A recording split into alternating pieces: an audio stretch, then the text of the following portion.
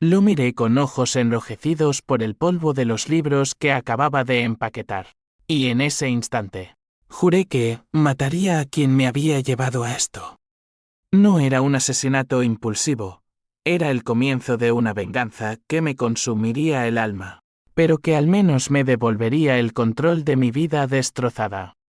Madrid bullía bajo el sol de octubre, pero dentro del rincón de las palabras, mi refugio durante 15 años, solo quedaba el eco de la traición. Yo, Javier Ruiz, de 42 años, hombre de rutinas y sueños modestos, había construido este lugar con mis propias manos. Cada estantería era un testimonio de mi amor por las historias que curan, que transforman. Pero ayer, el banco me había embargado todo, el alquiler atrasado, las deudas acumuladas, el sueño hecho trizas. Y todo por culpa de ellos, mi esposa, Elena, y mi mejor amigo, Marcos. Habían conspirado a mis espaldas, robándome no solo el dinero, sino el corazón. Recordé el día en que todo empezó a desmoronarse. Era una tarde de verano, hace 2 años, cuando Elena me confesó que Marcos, el socio que yo mismo había invitado a invertir en la librería, había desviado fondos para su nuevo negocio, una cadena de cafés modernos que devoraba los barrios antiguos como el mío. Es por nuestro bien, Javier, me dijo ella, con lágrimas que ahora se eran falsas. Pero lo peor no fue el dinero. Fue descubrir, semanas después, a través de un mensaje accidental en su teléfono, que ella y Marcos llevaban meses acostándose en nuestra cama. Te quiero, pero él me hace sentir viva, escribió ella. Yo, el idiota confiado, el que siempre perdonaba. Cerré los ojos, sintiendo el peso de la rabia como un yugo. Había intentado lo imposible, confrontarlos, demandarlos, pero la ley española, con su burocracia lenta y sus jueces indiferentes, me dejó con las manos vacías. Marcos, con sus abogados caros, alegó que todo era un malentendido financiero. Elena, fingiendo arrepentimiento, se quedó con la casa y la custodia compartida de nuestro hijo, Pablo, de 10 años. Yo, reducido a un apartamento minúsculo en Lavapiés, pasaba las noches bebiendo vino barato y planeando cómo hacerlos pagar. No con balas, no, con algo peor, la ruina absoluta, el deshonor que les robaría el sueño. La puerta crujió, y allí estaba él, el desconocido. Alto, con un abrigo raído y ojos que parecían haber visto demasiados secretos. Entró sin prisa, escrutando las estanterías semivacías como si buscara un libro perdido en el tiempo. ¿Se cierra de verdad?, preguntó con un acento andaluz suave, pero cargado de curiosidad. Asentí, sin ganas de charlar. Sí, señor. Mañana, los cerrajeros vendrán a por los últimos estantes. Él sonrió, una sonrisa torcida que no llegaba a los ojos. ¡Qué lástima! Yo buscaba algo sobre venganzas. ¿Sabe? Historias donde el traicionado gana al final. Me quedé helado. ¿Cómo podía saber? Era un loco, un periodista fisgón. Le ofrecí una silla polvorienta, y él se sentó, sacando un sobre amarillento del bolsillo. Me llamo Antonio. Antonio Vega. Y creo que tenemos un enemigo común. Dentro del sobre, fotos granuladas, Marcos y Elena en un hotel de lujo en Barcelona, riendo con copas en la mano. Y más documentos falsificados que probaban cómo habían lavado el dinero de mi librería a través de cuentas offshore. Los seguí durante meses, dijo Antonio, con voz baja, como un confesor. Porque Marcos, él destruyó a mi familia hace 10 años. Mi hermana se suicidó después de que él la arruinara en un negocio similar. La rabia que había estado conteniendo estalló como una tormenta. Antonio no era un salvador, era un espejo de mi propio infierno. Hablamos durante horas, mientras el sol se ponía sobre las azoteas de Madrid. Me contó su historia, una viuda con deudas, un hermano en la cárcel por defender el honor familiar. Él había esperado, planeado, y ahora buscaba aliados. Juntos, podemos hacer que paguen, susurró. No con violencia, sino con la verdad. Exponiendo sus mentiras al mundo. Acepté. En ese momento, sellé mi pacto con el diablo, o quizás con mi propia oscuridad. Pero la noche trajo dudas. ¿Quién era realmente Antonio? Sus ojos guardaban sombras que no explicaba. Me fui a casa, al apartamento que olía a humedad y soledad, y abracé a Pablo cuando vino a visitarme el fin de semana. Mi hijo, con sus rizos oscuros y su inocencia intacta, me preguntó por qué mamá lloraba tanto últimamente. Es complicado, pequeño, le dije, besando su frente. No le conté que su madre era una serpiente, que su tío Marcos era el veneno. Pero en mi mente, el plan ya germinaba: hackear sus correos, filtrar pruebas a la prensa, sabotear su nuevo café. Era el comienzo de mi caída, o de mi redención. No lo sabía aún. Al amanecer, Antonio me llamó. Tenemos que movernos rápido. Marcos planea una inauguración grande mañana. Es nuestra oportunidad. Corrí a la estación de Atocha, el corazón latiéndome como un tambor de guerra. Madrid despertaba, ajena a mi tormenta interna. En un café cutre cerca de la Puerta del Sol, nos reunimos. Antonio desplegó un mapa mental de sus debilidades, deudas ocultas, amantes celosos, un socio nervioso que podría romperse con una amenaza sutil. Tú conoces sus rincones oscuros, Javier. Úsalos. Y lo hice. Recordé cómo Marcos odiaba los escándalos públicos, cómo Elena temía perder la imagen de mujer perfecta en su círculo de amigas de Salamanca. El primer golpe fue sutil: un email anónimo a la prensa local, con copias de los documentos. Escándalo financiero en el corazón de Madrid, tituló El País al día siguiente. Vi la foto de Marcos en la portada, su sonrisa falsa congelada en píxeles. Elena me llamó histérica. Javier, por Dios, Pablo te necesita entero. Colgué, sintiendo un placer amargo, como el primer trago de absenta. Pero el placer duró poco.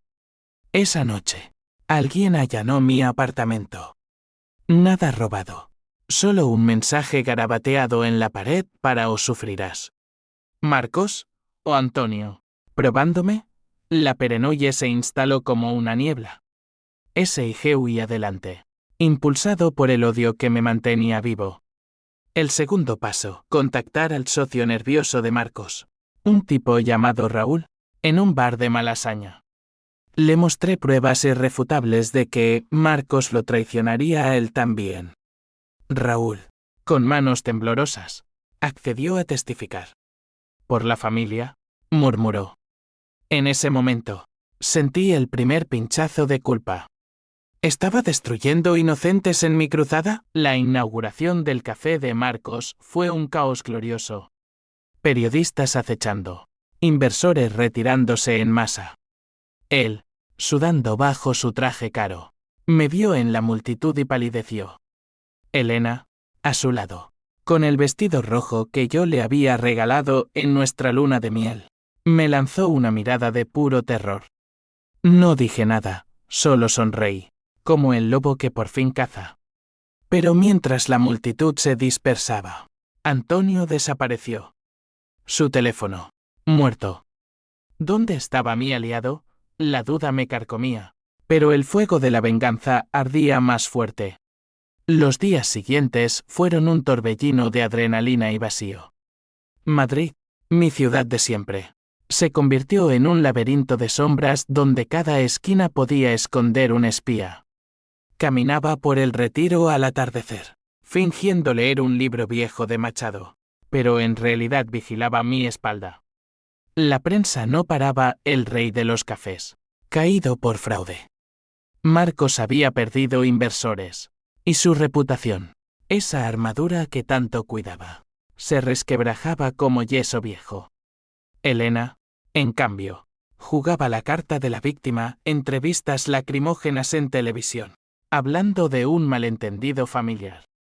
Yo veía las noticias en mi teléfono, solo, con una cerveza tibia en la mano, y reía solo.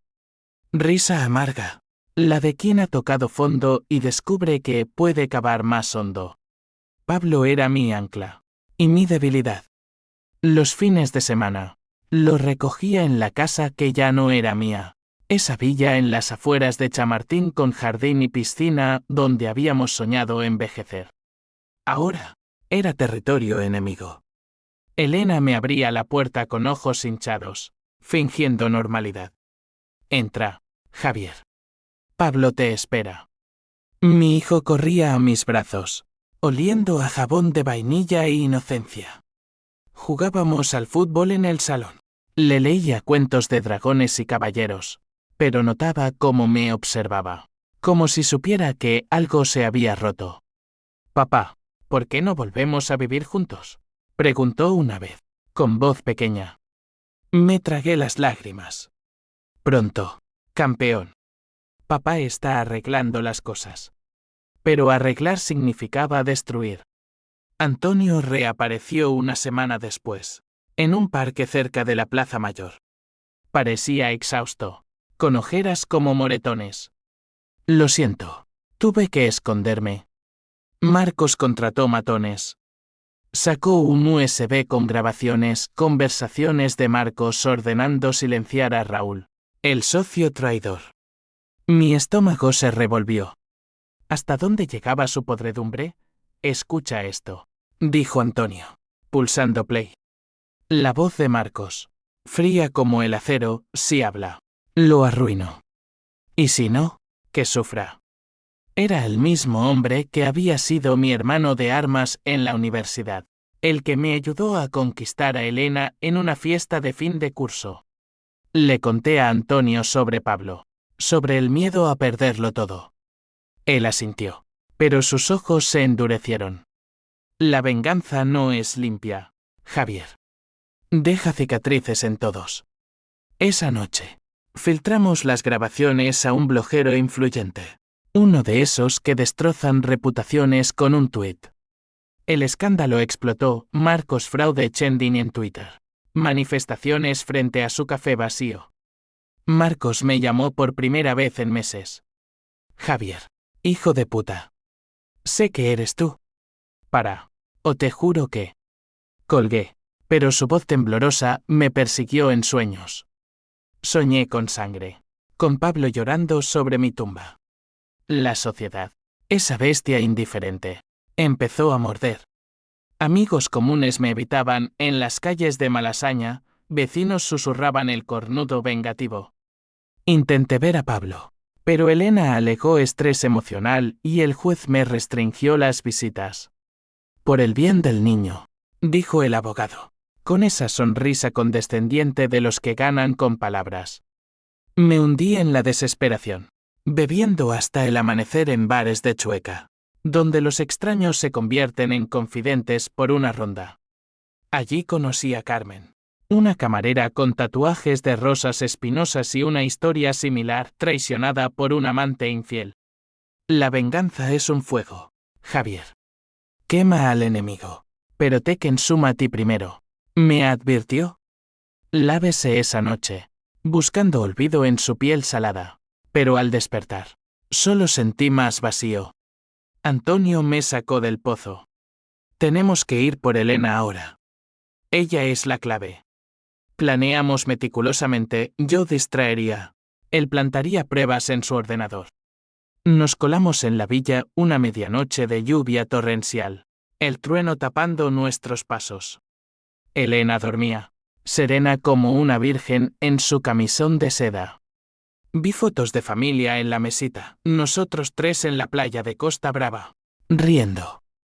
El pasado me golpeó como un puñetazo.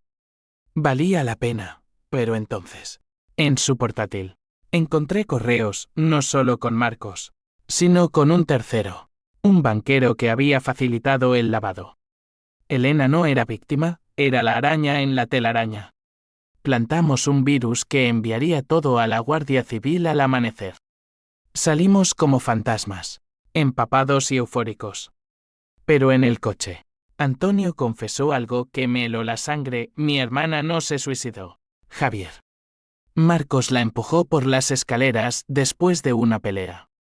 Su voz era un susurro roto, cargado de un odio que hacía palidecer el mío. ¿Era verdad? ¿O era él el loco? La duda se enraizó. Pero ya era tarde. Al día siguiente, redadas en las oficinas de Marcos, Elena esposada en televisión nacional. Su rostro, descompuesto, era mi trofeo. Pablo me llamó llorando: papá, mamá dice que eres un monstruo. Colgué, vomitando en el baño. La culpa llegó como una marea, ahogándome. Había destruido a mi hijo por orgullo. Antonio me consoló con whisky y promesas: pronto acabará. Un golpe final. Pero en mis entrañas, algo gritaba que el final no sería mío. La ciudad me devoraba viva. Madrid, con sus avenidas anchas y sus callejones estrechos, se sentía como una trampa.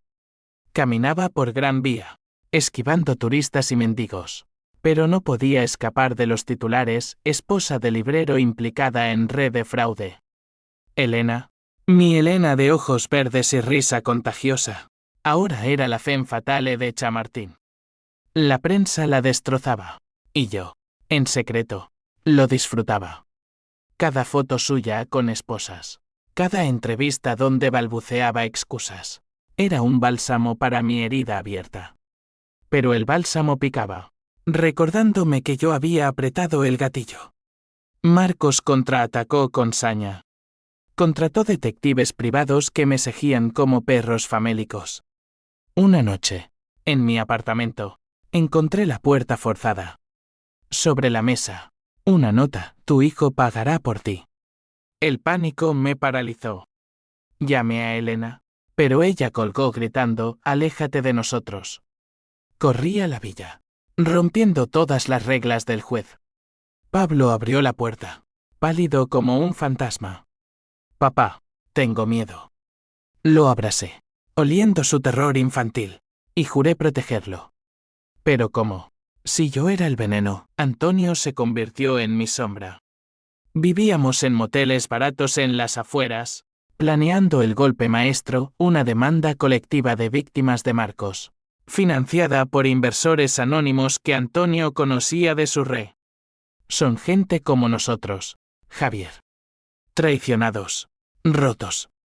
Me mostró perfiles: viudas, ex socios, incluso un ex amante de Elena que había sido descartado. Juntos, tejimos una telaraña legal que asfixiaría a Marcos. El abogado, un tipo seco llamado López, nos advirtió: esto es guerra, señores. Y en España, la ley es ciega, pero no sorda a los sobornos. Mientras tanto, mi mente se fracturaba.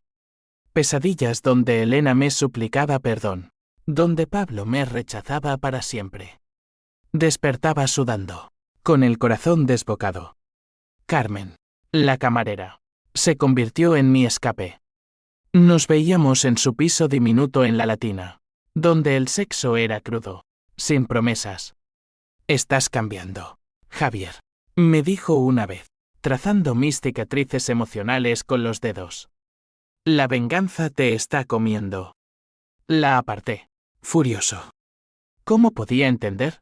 Ella no había visto a su mundo desmoronarse por una traición. El primer juicio fue un circo. En los juzgados de la calle Jorge Juan, Marcos se presentó impecable, con corbata de seda y mirada de mártir. Elena, a su lado, evitó mis ojos. Yo testifiqué, voz firme, detallando cada robo, cada noche de insomnio. El juez, un hombre de cejas pobladas, escuchó impasible. Pero cuando Antonio subió al estrado, algo cambió. Contó su historia con pasión contenida, lágrimas brillando. Mi hermana, Lucía Vega, no merecía morir por la codicia de este hombre. Marcos palideció, y por un segundo, vi miedo genuino en sus ojos. Fuera del tribunal, la multitud nos rodeó: periodistas, curiosos. Un grupo de feministas gritando contra Elena. Alguien me escupió, hombre rencoroso. Corrí, con Antonio cubriéndome. En un taxi hacia el motel. El río. Bien hecho. Ahora, el remate. El plan, filtrar un video íntimo de Marcos con una menor de edad, algo que Antonio había encontrado en sus archivos. Dudé. ¿Es real? Él se encogió de hombros. La verdad es relativa en la venganza.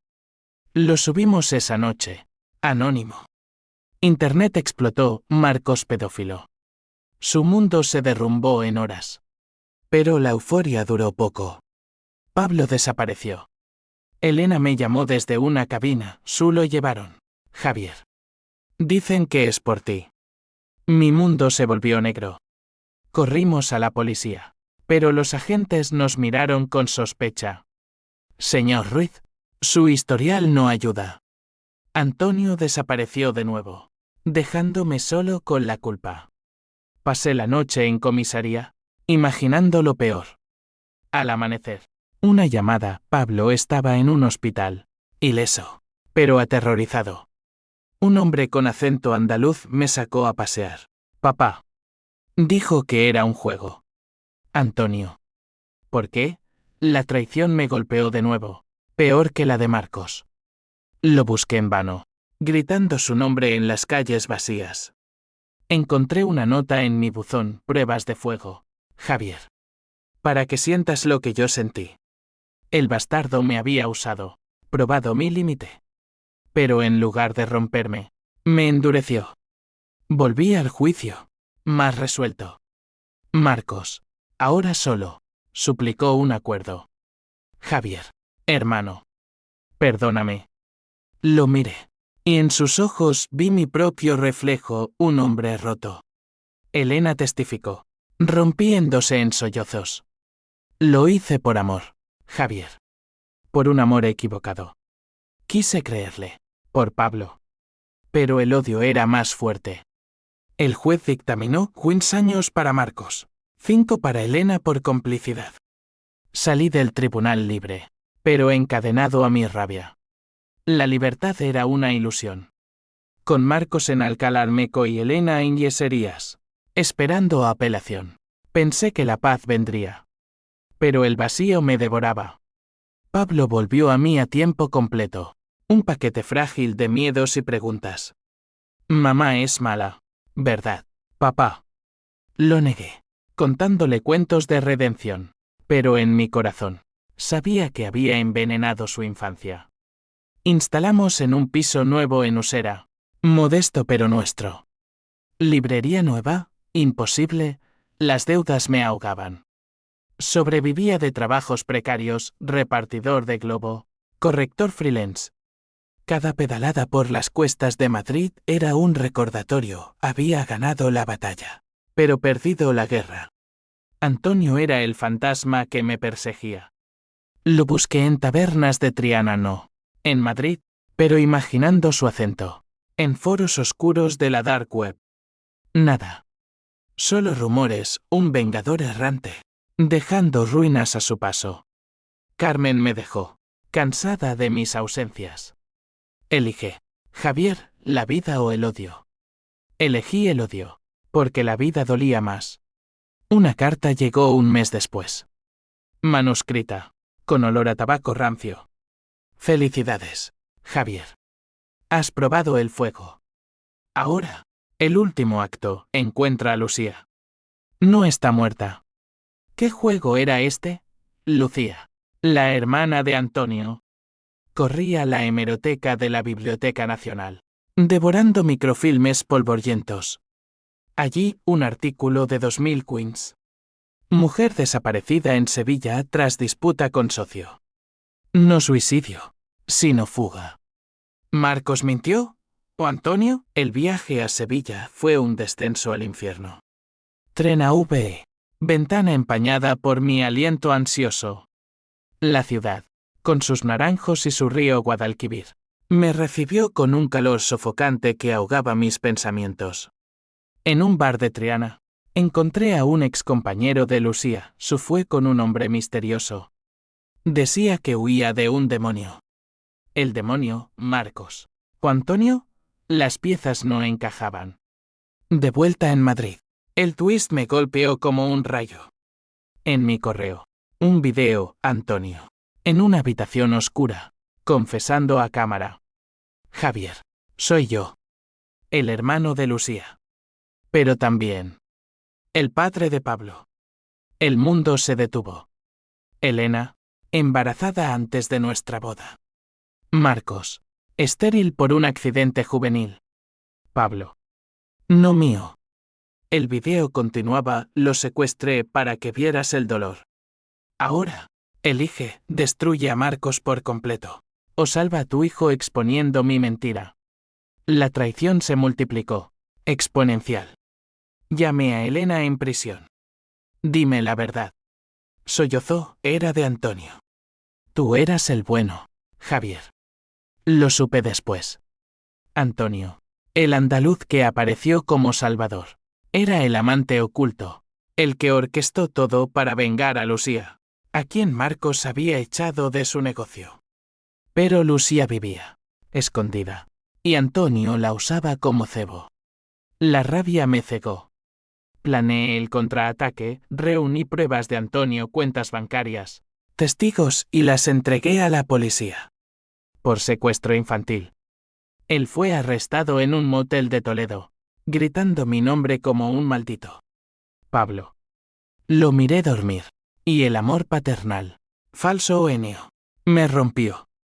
Eres mío, susurré, besando su frente. Pero la duda envenenaba todo. El clímax se cernía como una tormenta sobre el Pacífico. Con Antonio en la cárcel, esperando juicio por secuestro y fraude, pensé que el ciclo terminaba. Pero no. Marcos, desde su celda, me contactó a través de un abogado. Hablemos, Javier. Tengo algo sobre tu hijo que te hará arrepentirte. Acepté el encuentro en la prisión de Alcalá-Meco. Un laberinto de hormigón y barrotes que olía a desesperación. La sala de visitas era un ataúd de cristal. Marcos entró encadenado, demacrado, pero con esa sonrisa lobuna intacta. Has ganado, viejo amigo. ¿Pero a qué precio? Sacó fotos, Pablo de bebé, con Antonio sosteniéndolo en brazos. Elena me lo contó todo antes de caer. Tú, el cornudo doble. Reí, pero fue un sonido hueco. Tú, el impotente que roba lo ajeno. Hablamos horas, desenterrando cadáveres emocionales. Admitió el fraude, el affair, incluso el empujón a Lucía no letal, pero que la mandó al hospital. Lo hice por poder, Javier. Tú eras demasiado blando. Salí de allí con un pacto frágil, él testificaría contra Antonio por una reducción de pena. A cambio, silencio sobre Pablo. Pero el odio no se apaga con tratos. Esa noche, en el piso, Pablo me confrontó.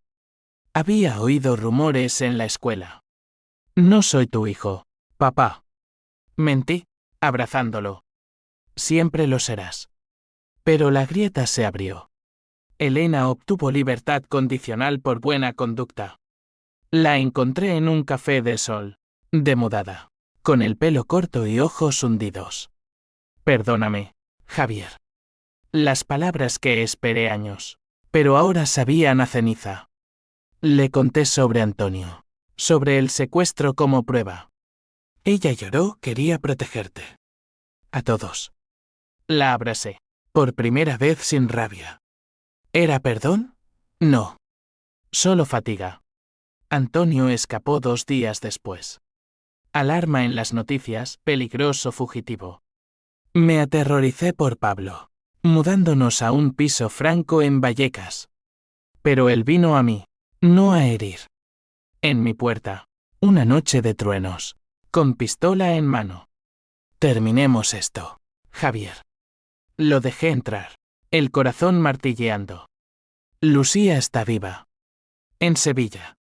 Me mintió para mantenerme en la caza. Hablamos como enemigos que se reconocen. Él, el vengador roto, yo, el traicionado multiplicado. Pablo es sangre mía, pero tú lo criaste. Eso vale más. Bajó el arma. Pero entonces, el giro, la puerta se abrió. Policía. Alertada por un vecino. Tiros. Caos. Antonio cayó, herido en el hombro, gritando, «Proteche al chico». Lo arrestaron de nuevo, pero en sus ojos vi gratitud o lástima. El juicio final fue un huracán emocional. Testimonios cruzados, Marcos delatando a todos. Elena confesando pecados. Yo narrando mi descenso. El juez, con voz grave, sentenció cadena perpetua para Marcos por acumulación de cargos. 20 años para Antonio. Elena, libertad vigilada. Yo, absuelto, pero marcado. Pablo eligió quedarse conmigo. Eres mi papá, dijo, y lloramos juntos. Pero el precio, mi alma, hecha jirones.